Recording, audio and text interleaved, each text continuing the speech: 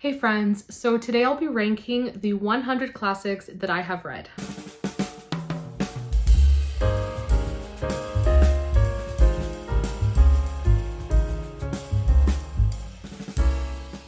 So according to Goodreads, the number is technically 130 something, but for this video, I will be excluding all of Agatha Christie's books because once I've read her books, I want to do a separate ranking video for all of her works. So I'm excluding Agatha Christie, but this video does include children's classics, modern classics, some poetry, and a couple Shakespeare plays that I have read. So I'm really excited to go over them. So a couple months ago, I was looking through the classics that I read on Goodreads and I was counting them, again, excluding the Agatha Christie books, and it came to around 95, 96. So I decided to wait a few months, read a couple more classics, and once I reach 100 to do a ranking video. So I have finally reached 100 according to Goodreads. There could be more that I have read that I'm not including because I forgot to tag them as classics on Goodreads, but I am just going off of what Goodreads says that I read. The books that I didn't enjoy as much were a lot easier to rank because I know what like my least favorite classics are, and then working my way up, it was pretty easy, but it did get harder once I reached 4 stars. So the current ranking that I have could easily change. It's just how I feel as of now. And I really struggled with ranking the 5-star classics because I have read so many great classics and I loved a lot of them. And so deciding which one is a lower 5-star versus a higher 5-star was really difficult, but I do have them ranked. And again, it's how I feel now and that may change. The only exception is my top 10. I do have a top 10 list of classics from 91 to 100, and those ones I can't rank. Those are all just the best of the best. So without further ado, let's go ahead and get started. All right, so my absolute least favorite classic on the face of the earth, the one classic I will never ever try reading again. It is the only one that I have given 1 star to so far, and that is 100 Years of Solitude by Gabriel Garcia Marquez. I had such high hopes for this book. I first saw it talked about on Emmy's channel, and she has read a lot of great classics out there. And when I saw her talking about it, I really felt like I would have a really good experience with the book, but it was the complete opposite. It is like a multi-generational story, but a lot of the characters are born from a word that I don't even like to say. It makes me very uncomfortable just thinking about it. So I will put it on the screen. I was just so uncomfortable reading the book. With it being magical realism, I was expecting the world to be described a little bit better. It's, I think, set in like a reimagining of South America, but it was just so poorly explained. I couldn't really understand what was, how the world was set up. This is one of those books where the entire reading experience was me just asking why, like what is the point? It was way too bizarre, and there were so many characters with the exact same name, so I was confused. I couldn't figure out exactly what the moral of the story was. Like, there was just no point to this book in my opinion.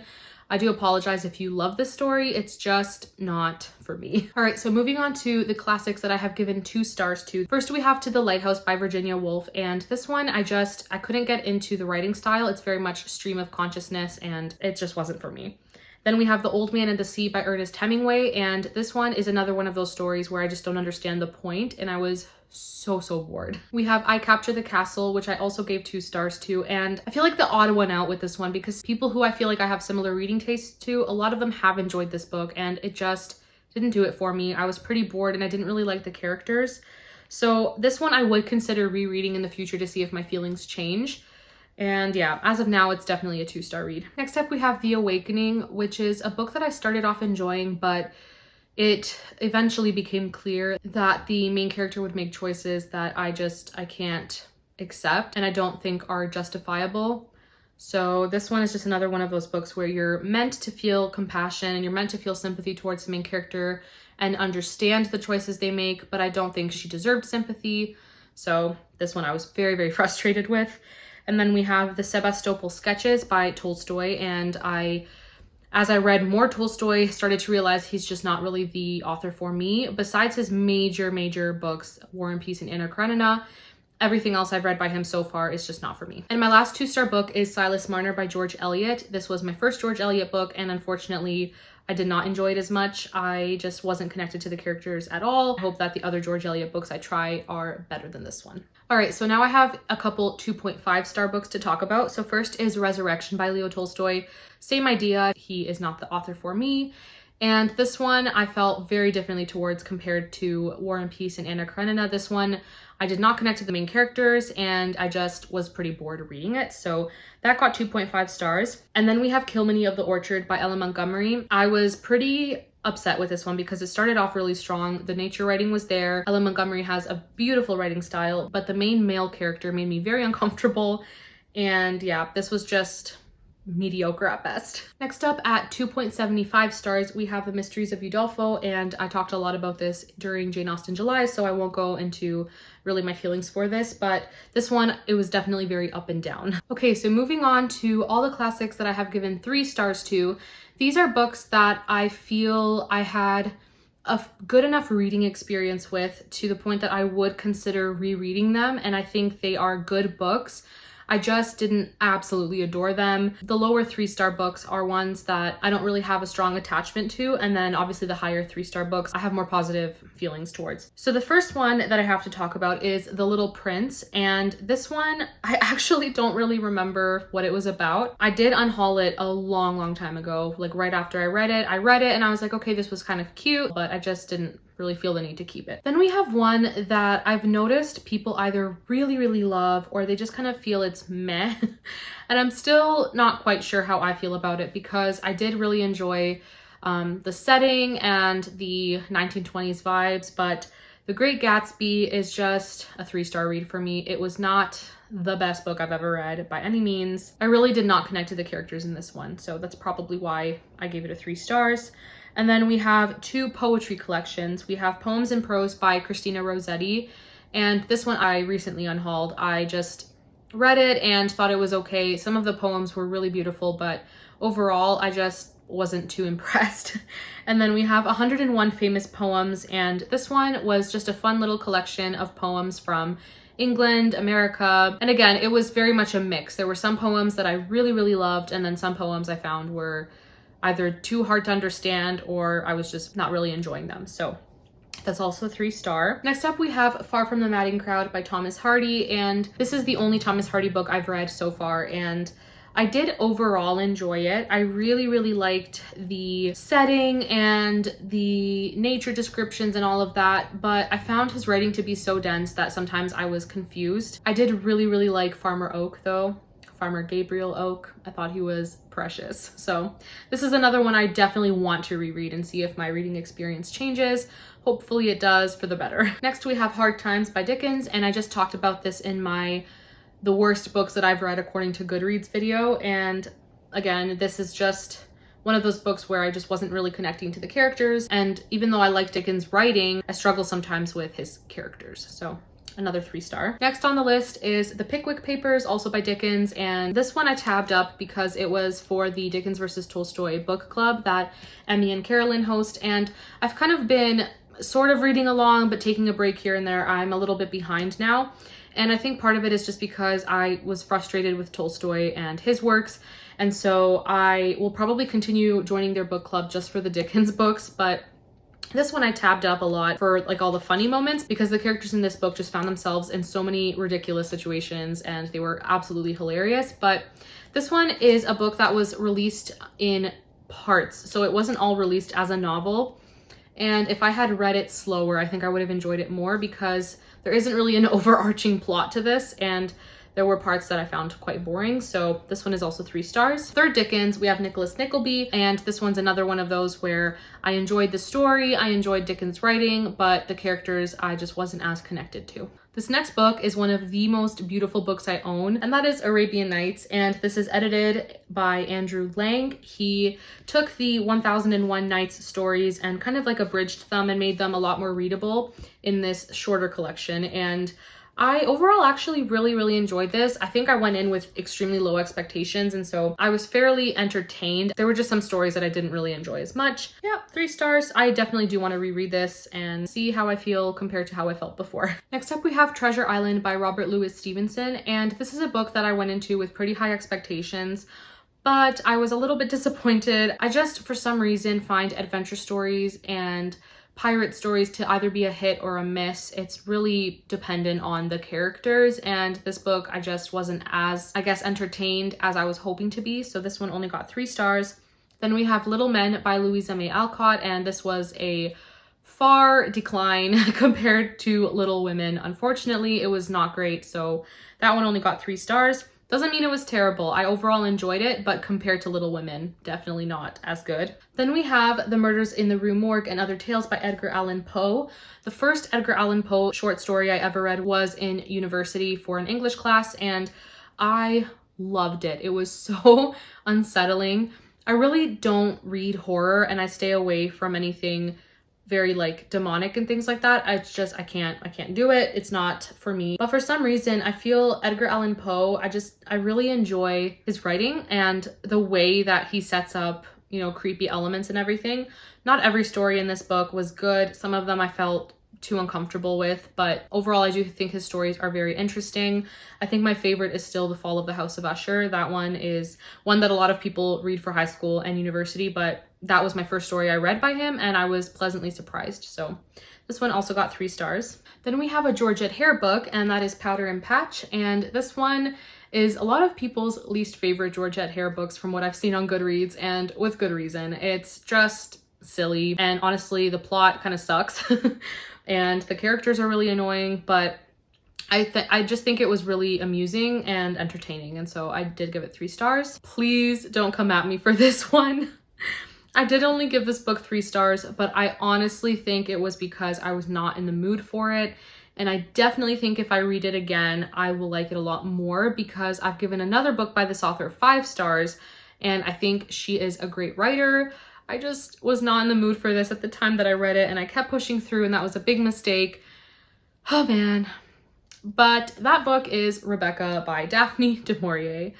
This book is a lot of people's favorite, and a lot of people really hype it up and absolutely love it. And at the time that I read it, I couldn't understand why, because besides her writing, which is beautiful, I didn't understand what was so special about this story.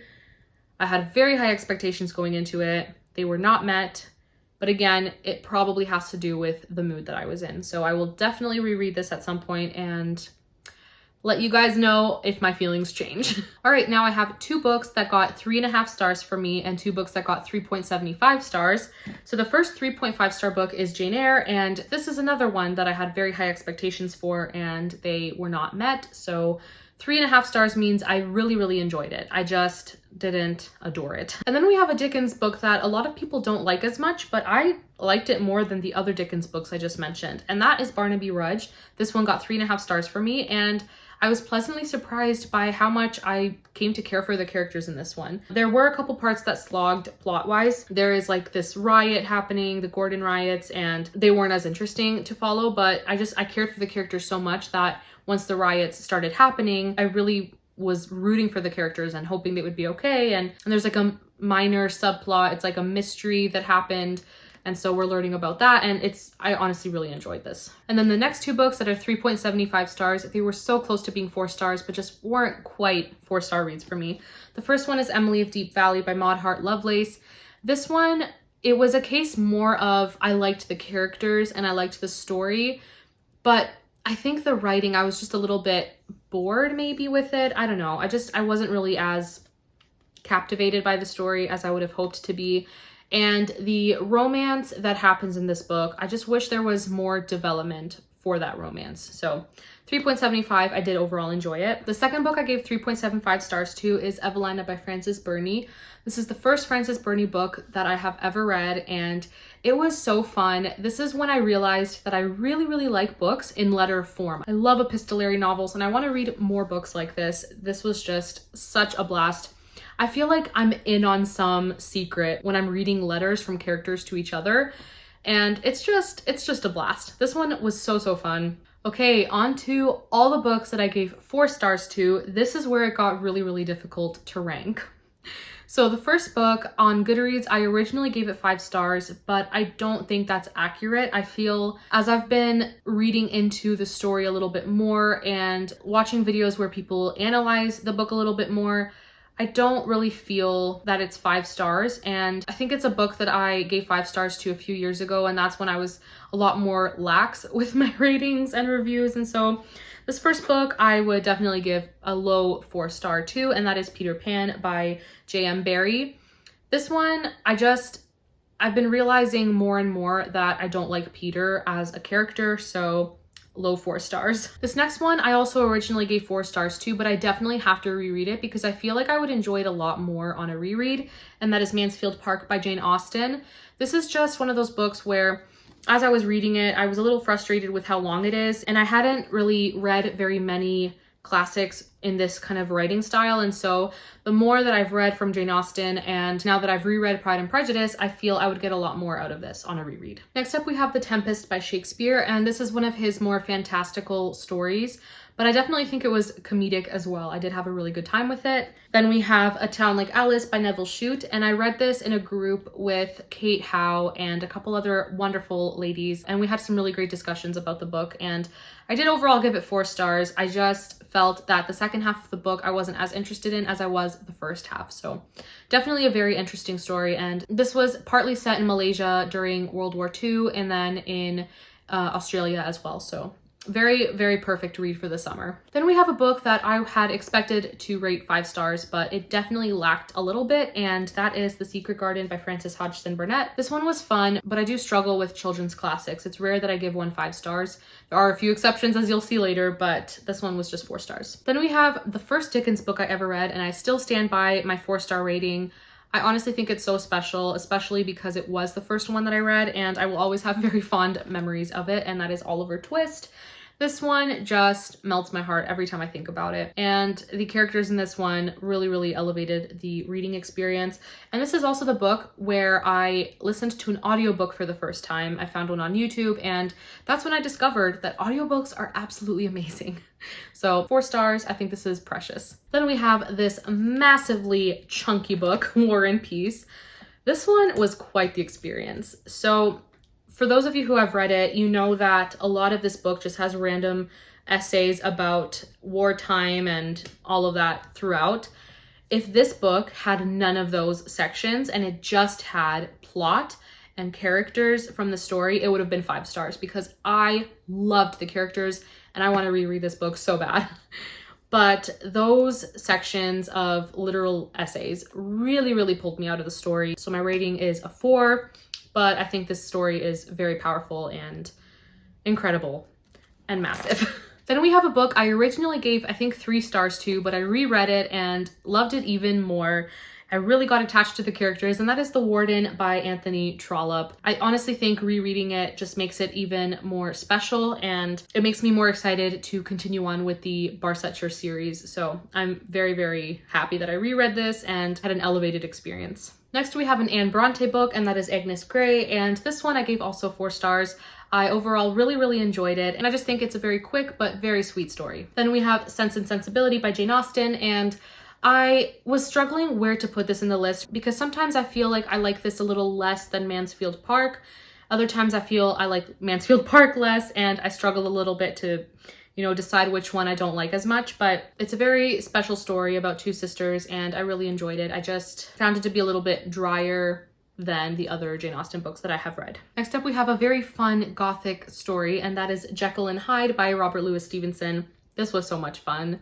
I think I would have given this 5 stars if it were just Jekyll and Hyde, but there are a few more stories throughout that I didn't really enjoy as much, but Jekyll and Hyde as a story is so fun. Then we have A Little Princess by Frances Hodgson Burnett. This one I liked a little bit more than The Secret Garden, and this one I think I liked more because I truly felt for the protagonist. She wasn't as irritating as the protagonist in The Secret Garden. And yeah, this one was just really fun. Then we have a book set in Switzerland, and the nature descriptions were just sublime. And that book is Heidi by Joanna Spyri. This one is so, so precious. Another 4-star read that I just have such fond feelings towards and cannot wait to reread it. Next up, we have The Importance of Being Earnest and Other Plays by Oscar Wilde. This was so fun. I found myself laughing out loud so much with these plays. I think they're awesome. And if you can find a YouTube video of any of these plays, I would highly, highly recommend watching them. They are the best. I think my favorite was The Importance of Being Earnest, but I also absolutely adored A Woman of No Importance. They were both so great, and I would read the play and then watch it on YouTube, which was just so, so fun. So highly, highly recommend this. Then we have The Hunchback of Notre Dame by Victor Hugo. I still have to read Les Mis by him, but this is the first book I ever read by this author, and I loved it. I knew going into it to not expect it to be like the Disney movie, which is one of my favorite Disney movies. And so knowing that it was very different, I had a great reading experience with this. I was definitely able to see it as a separate story from the movie, but I loved the characters so, so much. The one character that I would say is similar to the movie, and just in terms of personality and character and everything, is Quasimodo. He's just as precious in this book, and Esmeralda is also a fascinating character in this book. I would say Frollo in the Disney movie is very, very evil, but in this book, he's definitely portrayed more as morally gray, and I thought that was very interesting. And there is another main character that is not in the movie, and yeah, this one is very, very good. Then we have The Magician's Nephew by C.S. Lewis, and this is the first book chronologically in the Chronicles of Narnia, and I really, really enjoyed it. This book introduces the world of Narnia as well as a lot of the characters like Aslan, and it was just so, so fun. Then we have my second favorite Georgette Hare book so far, and that is Footsteps in the Dark. This is one of her mysteries, and I'm pretty sure this is set in the 1920s. It was written in the early 30s, so I'm assuming it's set in the 20s, but this one is set in a priory and a murder victim is found, and it's just so fun. The characters in this book are hilarious. There were so many moments where I found myself laughing, and I had such a blast with this. Next, we have some books from the Anne of Green Gables series, and this is another series where I was really struggling to find where to put each of the books in my ranking, but I am pretty happy with how they ended up being ranked. So the first one is Anne of Ingleside. This is book 6 in the series, and in this one, Anne is a young mother, and it's just a lot of fun, 4 stars. And then we also have Rainbow Valley, and Anne's children are a little bit older in this one, and again, just a lot of fun. Then we have Northanger Abbey, and this one is, again, just one of those books where I was so entertained. I don't think it has as much substance as Jane Austen's other books, but I did really, really enjoy my time reading this. Then we have a book from the Little House on the Prairie series, and this is my least favorite, but it still has 4 stars. And if that doesn't indicate how much I love the series, I don't know what would. And we have The First 4 Years. This is the last book in the series. It is very, very short. And the reason I gave it 4 stars is because although I loved the story, it was too short. There needed to be more plot, there needed to be more character work, and just more. It needed more. So 4 stars, but I still really love this series. Then we have Frost. This is the Everyman's Library Pocket Poets edition of Robert Frost's selected poetry. Robert Frost is known for his poem, The Road Not Taken. That's one of his most famous poems that a lot of people read and analyze in high school. And that's the first time I was ever introduced to Robert Frost, but I had never read any other poems since high school until I bought this a couple years ago, and I figured out that I really, really jive with his poetry. I definitely love to collect more of these pocket poets, but I struggle with poetry. It's really hit or miss. It depends on the poet, depends on what the poem is about, but I really do love this one. Then we have one of my favorite Bronte novels, and that is The Tenant of Wildfell Hall. This did only get 4 stars, but I still really, really enjoyed it. This one kind of has a story within a story because we're introduced to our main characters at the beginning, and then one of the main characters kind of recounts her story, and I think she did it in either diary or letter or some form of journal, and then the male main character ends up reading it, and it's a very, very interesting way of telling the story, but I definitely really enjoyed this. And then we have The Hobbit, which I have read twice, and it's still 4 stars. It's so precious. I love these characters, and I really, really enjoyed this book. Then we have books 5 and 6 in the Little House series. We have By the Shores of Silver Lake and The Long Winter. I love them so much, but these ones were just not quite 5-star reads for me, so 4 stars. Then we have a few bigger books. We have The Forsyte Saga, which I recently read, and I overall really, really enjoyed this. I think it was a very interesting family saga, and I definitely want to read more family sagas because of this book. We have East of Eden by John Steinbeck, which is a very, very well-known American classic, and this is also very large, but another family saga that I found very fascinating. And then the highest 4-star for me is definitely Fellowship of the Ring. This was almost a 4.25, 4.5, but definitely 4 stars. I just had some issues with the plot, but I adore the characters so much. I love them so much. So I sat down to edit and I realized that my camera stopped filming halfway through. I just finished talking about book 58 and then it just stopped. I have no idea what happened, but now I have to refilm.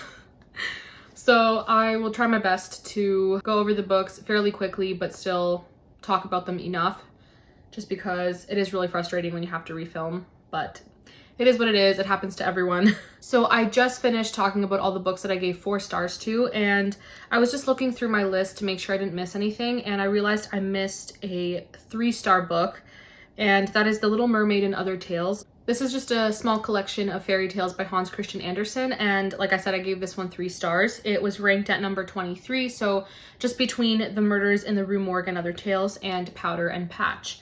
And I overall really enjoyed this fairy tale collection. I think it's really cute. Some of the fairy tales I really, really loved, and some of them were a little meh. So 3 stars, middle of the road. But now I will go over all the books that I gave 4.5 stars to. There are 4 of them to talk about, and the first one is The Valley of Fear by Sir Arthur Conan Doyle. This is my least favorite Sherlock Holmes, I guess, book, story, whatever you want to call it, because the series is a mix of short story collections and full-length novels. This one is a full-length novel, although it is quite short. And even though it is my least favorite, I still gave it 4.5 stars. I think this one was really, really cool. And this one had a really awesome plot twist that I did not see coming. So 4.5 stars, I really, really did love this. Then we have a Shakespeare play. We have Othello, which I gave 4.5 stars to. It was almost a 5-star. There was just some content that made me a little uncomfortable. But as a play, I think this is amazing, and I would absolutely love to see this in person. I really, really enjoyed it. Then we have an allegory, which I read as an abridged version when I was a kid, and then I read the full-length version when I was a bit older, and that is The Pilgrim's Progress by John Bunyan. This is an allegory of the Christian faith, and I think it's absolutely amazing. If you haven't read it, I would highly, highly recommend. And then the last 4.5-star book is Anna Karenina. This was almost 5 stars, but again, it's just one of those books that has some content that I don't like, and the major thing for me is infidelity, and I really don't like that in books. So 4.5 stars. I did absolutely adore the characters and would definitely reread this book. Okay, so on to all the books that I gave 5 stars to. It was so difficult to rank these. This is where I had the most trouble. And honestly, this ranking could definitely change. I don't think this is set in stone, so take it with a grain of salt. Some of the books that are ranked lower could definitely be considered a favorite, you know, tomorrow, next week. It really depends on my mood, how I'm feeling about each of the books, and when I reread it also sometimes changes my opinion. But as of now, this is my ranking for all the 5-star classics that I have read. So I have numbers 63 to 90 ranked, but 91 to 100, my top 10, I can't rank. They are all equally my favorite classics of all time.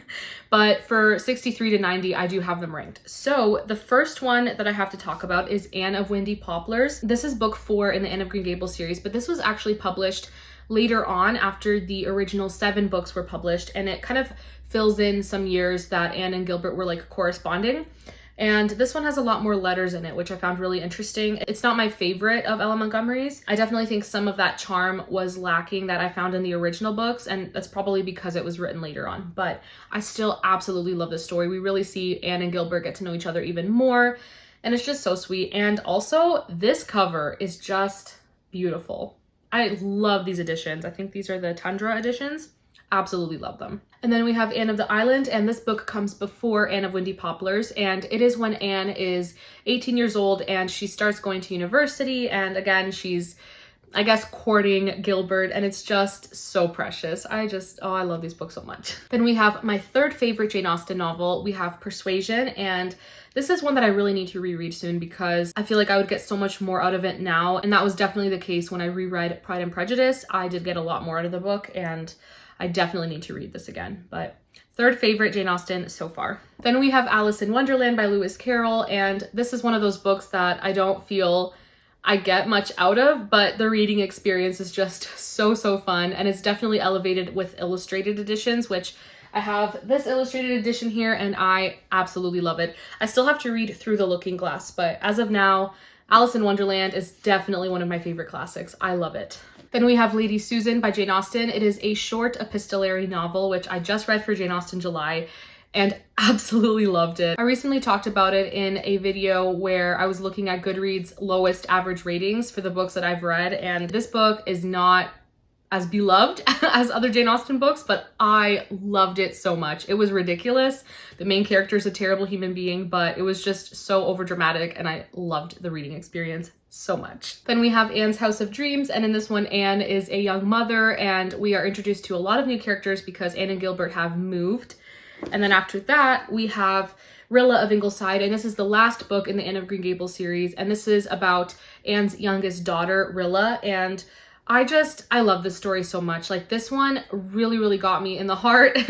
This one is set during World War I, and it was just a lot more emotional than I was expecting, and a little bit more mature in tone, I would say, than the other Anne books, but love this so much. These next 6 books I'm just bunching together because I can't possibly rank them. I love them equally. I see them as one cohesive item, I guess, on this list. They're just absolutely amazing. And so we have some of the Little House on the Prairie books.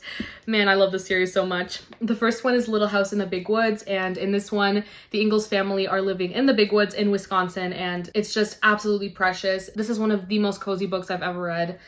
It's just so heartwarming. I love it so much. Then we have Farmer Boy, which is about Almanzo Wilder, who ends up courting and marrying Laura later on, and this is about his childhood, and again, just the coziest vibes, and I love this so much. Then we have book 3, which is Little House on the Prairie, and in this one, the Ingalls family are living that wild prairie life in Kansas, and it's just, again, amazing. Then we have book 4, which is On the Banks of Plum Creek, and the Ingalls family have yet again moved, but to Walnut Grove, Minnesota. Then we have book 7, which is Little Town on the Prairie, and in this one, Laura gets to know Almanzo a little bit better, and book 8 is These Happy Golden Years. If I had to pick a favorite, it's between the first book and this one. But this one is obviously very romantic and just precious. I love it so much. Next, we have a children's classic that I don't own a copy of, and I really need to fix that because I want to read it again and again and again. It melts my heart, and that is Charlotte's Web. And this book, I can't believe I never read it as a child, but this book it just melts me. Every time I think about it, it just melts my heart. Amazing. Next, we have an adventure novel that I absolutely adore, and that is Around the World in 80 Days by Jules Verne. This one just transports you to so many countries with the most entertaining characters. I love Phileas Fogg and Passepartout. They are so funny, and they just warm my heart. And this book, definitely due for a reread. We have Emily of New Moon by Ella Montgomery, and I would say Emily is my third favorite protagonist out of all of Ella Montgomery's books. I love her almost as much as Anne. Almost, not quite, but this is the only book out of this trilogy that I've read. I definitely have to reread it and then read books 2 and 3 because I just need more Ella Montgomery in my life. And yeah, and then also this cover is just gorgeous. Love it. Then we have the only Wilkie Collins book that I have read this far, and I need to read more of him because I love his writing style so much.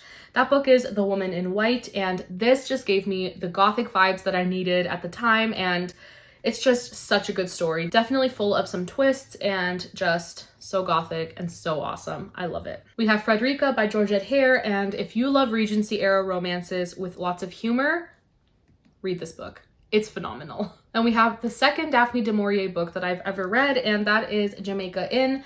This is set in Cornwall, and if you know anything about my reading tastes, you know that I love books set in Cornwall.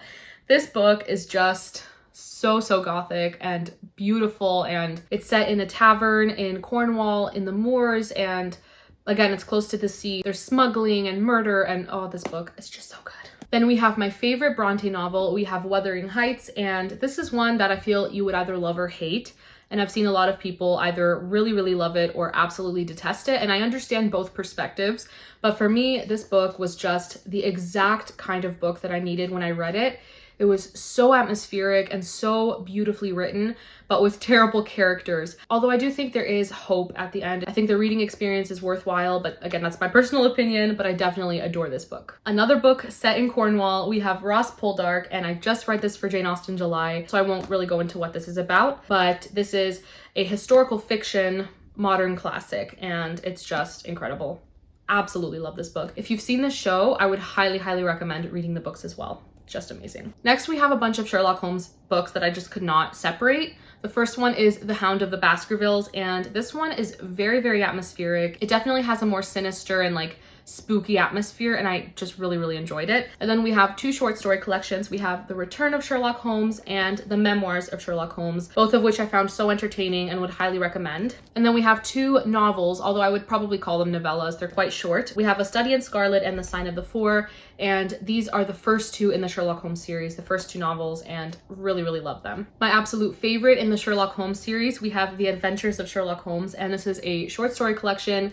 It is the first taste I ever got of Sherlock Holmes and of Arthur Conan Doyle and his writing, and I fell in love. And also, look at this edition. Like, if you don't know where to start with Sherlock Holmes, I highly recommend starting with these short stories. At number 90, we have The Lion, the Witch, and the Wardrobe, which is the second C.S. Lewis story that I've read.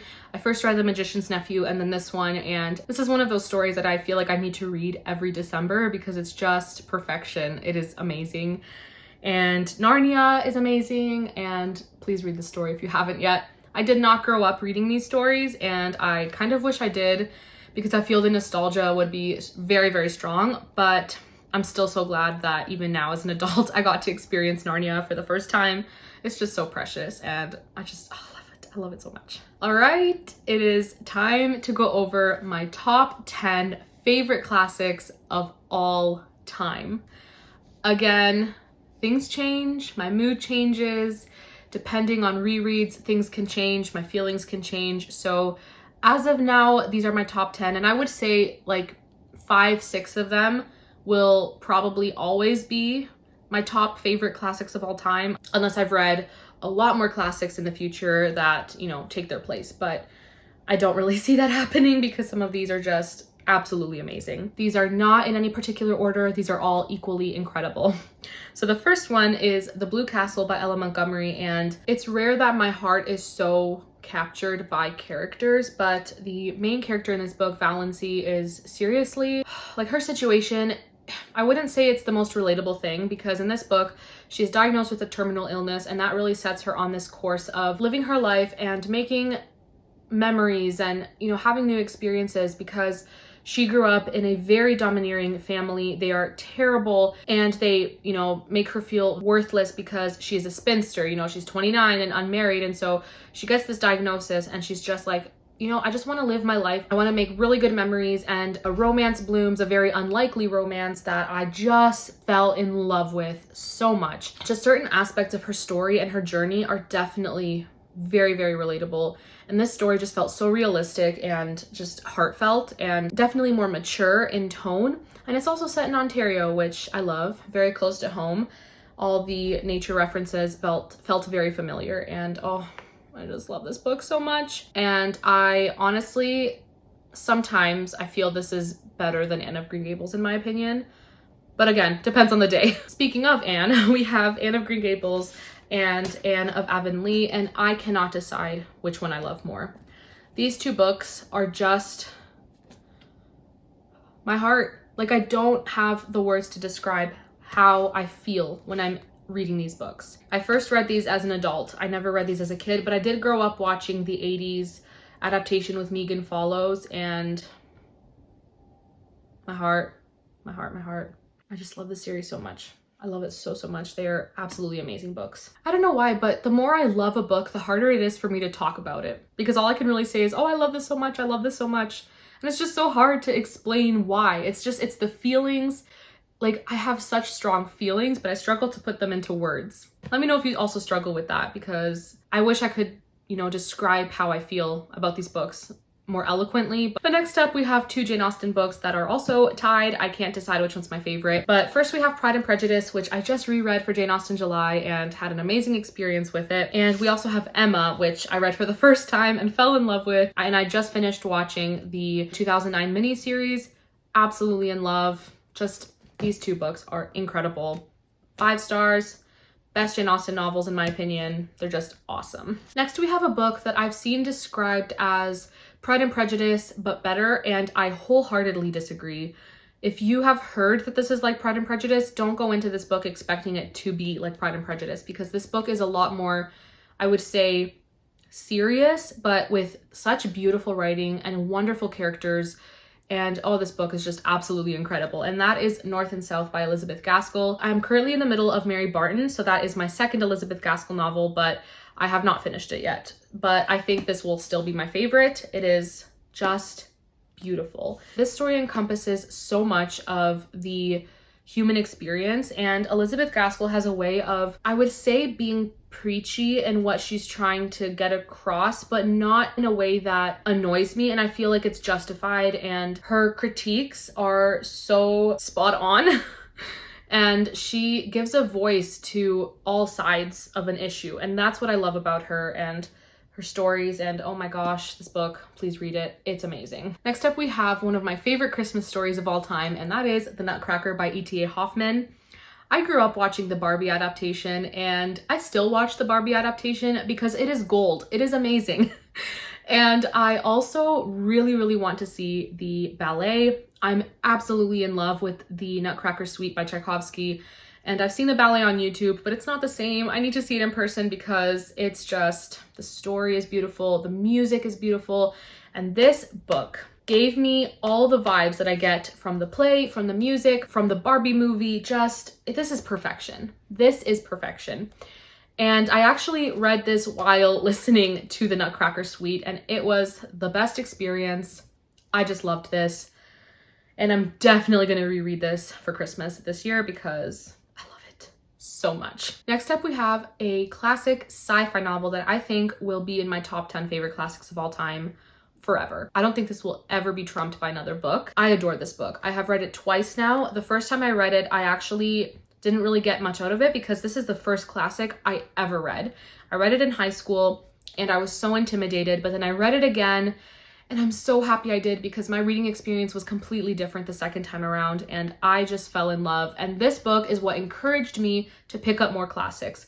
This book really got me into reading classics, and I'm so thankful that I read this book. It's amazing. That is Frankenstein by Mary Shelley. A very unlikely book because I'm not huge on sci-fi, but this book, it is so much more emotional than I was expecting. And if you don't know what this book is about, it is not about a scary monster. It's about a man named Victor Frankenstein who decides that the world needs a perfect being, a perfect creature. And so he goes and creates a very, very terrifying monster. But this whole book, it really makes you question who the real monster is. And the story is just about Frankenstein's monster having to learn how to live in a world that hates you and is scared of you and thinks that you don't deserve happiness and you don't have a right to live because you're terrifying physically. And it broke my heart, and the writing is gorgeous. Yeah, I don't know what else to say. I love this. Another favorite Christmas story, we have A Christmas Carol by Dickens, and this book, I just love it so much. Also, this edition is awesome. It's very, very 80s. Like the end papers are just, oh, I just love this so much. It has the original illustrations as well. And it also has the cricket on the hearth and the chimes. Like, just look at this. A Christmas Carol is just perfection. It's perfect. And I will definitely reread this every year. It's just amazing. Last but not least, at number 100, we have Little Women by Louisa May Alcott. The story has my heart. The characters have my heart. I grew up watching the 1994 adaptation with Winona Ryder, and that is still my absolute favorite movie of all time. No other movie has captured my heart the way that movie has, and every time I watch it, it feels like I'm coming home. Like, it is just the best feeling. I have not yet found a movie that I love more than this one. And I read this for the first time just a couple years ago. And when I picked up the book, it felt like I was coming home. This is another book that I want to read every December. There is a very special Christmas scene in both the movie and the book, and because of that, I just associate the story with Christmas. A lot of the book is set during spring and summer. It's not a Christmas book, but I just associate it with the holiday season. And so I refuse to watch the movie or read the book until November and December roll around. And it just makes it more fun, and it's always something to look forward to every year, which I love so much. So I just love this book so much. If you have not read Little Women, please read it. It's just incredible story, so heartwarming and just gorgeous. That is a wrap. Those are the 100 classics minus Agatha Christie and maybe a couple that I forgot. Those are the 100 classics that I have read, and I did my best ranking them. It was very difficult, but I'm overall happy with how I ranked them. And please let me know if the ones that I've ranked low are favorites of yours. If you think that they deserve a higher ranking, I'd love to know why. And if I have some that are ranked very high, but you didn't enjoy them as much, please let me know. I would love to continue talking about these books in the comments. Honestly, even though I have read this many classics, I still feel like there are hundreds more that I want to read, and I do not feel like I'm qualified to talk about classics for many different reasons. I did not get an English degree, and I don't read as many classics as other people. I definitely read a wide variety of genres, so I don't feel like I'm qualified to talk about these books, but these are just my feelings towards these books. Everything I said, it's very subjective. Everyone has different experiences with classics, and if you feel differently, please let me know. If you feel the same, if we have favorites in common, please let me know in the comments below. And if you reached the end of this video, thank you so much for watching. I appreciate you so much, and I hope to see you all in my next video. Bye!